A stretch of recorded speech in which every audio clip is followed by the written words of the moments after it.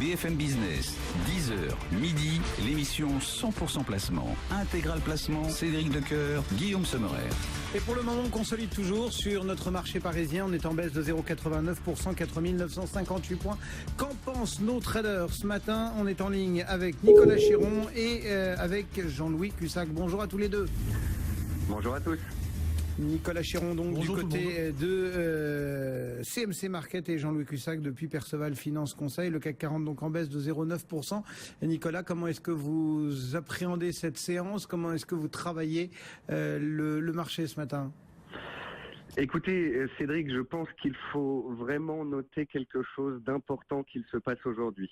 Et c'est même depuis hier 24 heures. C'est potentiellement l'avènement de la consolidation espérée, attendue, escomptée par de très nombreux opérateurs depuis plusieurs semaines. Ça fait 4 mois que nous avions un marché parfaitement haussier et construit. Le S&P 500 n'avait pas bougé de plus de 1% depuis plus de 100 séances. La volatilité était historiquement basse et on attendait en fait que le marché se réveille. Et il s'est réveillé à la baisse.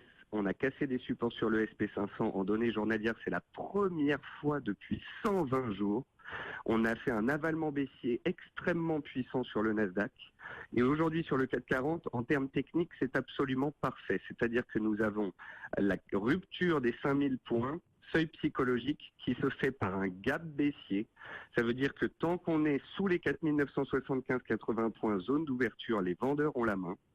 Alors bien évidemment, on peut parler d'un support de court terme qui approche à 4950, mais quand on a un signal baissier de la sorte, il ne faut pas justement attacher d'importance théoriquement au support.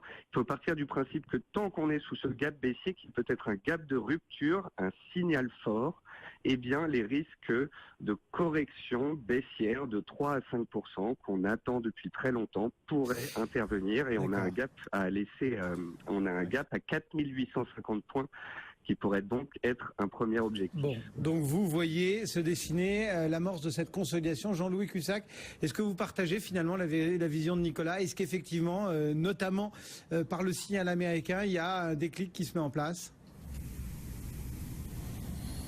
Ben, il s'est mis en place, tout simplement, Cédric. Il s'est mis en place. Après, est-ce que c'est quelque chose de significatif ou pas? Ça, c'est un autre problème. Alors, après l'échéance trimestrielle de mars, je vais y arriver, les pressions techniques ont diminué. Bon, on le voit. Alors, est-ce qu'elles vont faciliter un retracement? Je pense que oui, puisque je l'avais annoncé à l'avance. Et sur ce contexte, on va dire, je me suis pas trop trompé, la fébrilité reste présente. Il en faut peu pour que le marché perde une centaine de points, et c'est ce qu'il vient de faire. Mais il n'y a rien de méchant, faut pas non plus psychoter. Moi j'avais dit jusqu'à 4940, 45 j'achète. Ce matin on a acheté à 46. Alors pour l'instant, on peut encore le faire. Hein. Sur le trade du jour, on a acheté à 46, on a fait 55, on est revenu à 45. Donc c'est pas, je le dis pas parce que ça gagne, je le dis parce que on est en train de le faire, on l'a fait. Alors on achète un petit peu.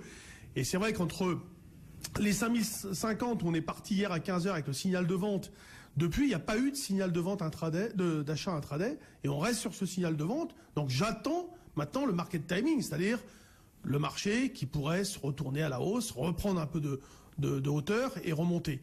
C'est tout à fait possible. Je dirais que on est à 50-50, donc peut-être va-t-il retracer ou pas, mais pour l'instant, pour moi, il y a un retracement intraday. On est dans les turbulences d'hier. Souvent, les turbulences comme ça, les mouvements partent d'Europe ou des États-Unis et font 2 fois le tour du monde. Et puis après, ça s'équilibre un peu et on voit un peu comment va revenir les intérêts acheteurs ou vendeurs. La question qui se pose, c'est toujours la même. Aujourd'hui, vous dites, j'entends partout, oui, Trump n'a pas forcément les moyens de gouverner comme il le voudrait, etc. Mais c'est pas une surprise. Aujourd'hui, on apporte ça comme une solution, comme un motif du repli, mais les économistes, je parle pas des rigolos, hein, des vrais économistes. Quand je disais peuvent-ils se tromper à ce point-là, c'est pas évident. C'est peut-être une question de market timing. Ils l'ont dit déjà depuis longtemps. Il aura du mal à gouverner comme il le veut, etc. Donc, on est dans une situation, je dirais, contextuelle comme attendu, et il faut pas aller chercher là un sujet d'inquiétude. C'est le même qu'il y a 15 jours où tout le monde était euphorique, ou il y a une semaine. Voilà, il n'y a rien de particulier. On peut retracer pour moi jusqu'à 4920, futur avril, et jusqu'à ce niveau, il n'y a rien d'extraordinaire. On est dans une logique de retracement. Et après, sous 4925, on change de phase. Et là, ça serait beaucoup plus neutre, avec un petit côté. On reporte les probabilités de reprise, mais voilà, surveillez ces niveaux. Merci beaucoup à tous les deux. Donc Nicolas Chiron chez CMC, Jean-Louis Cussac chez Perceval.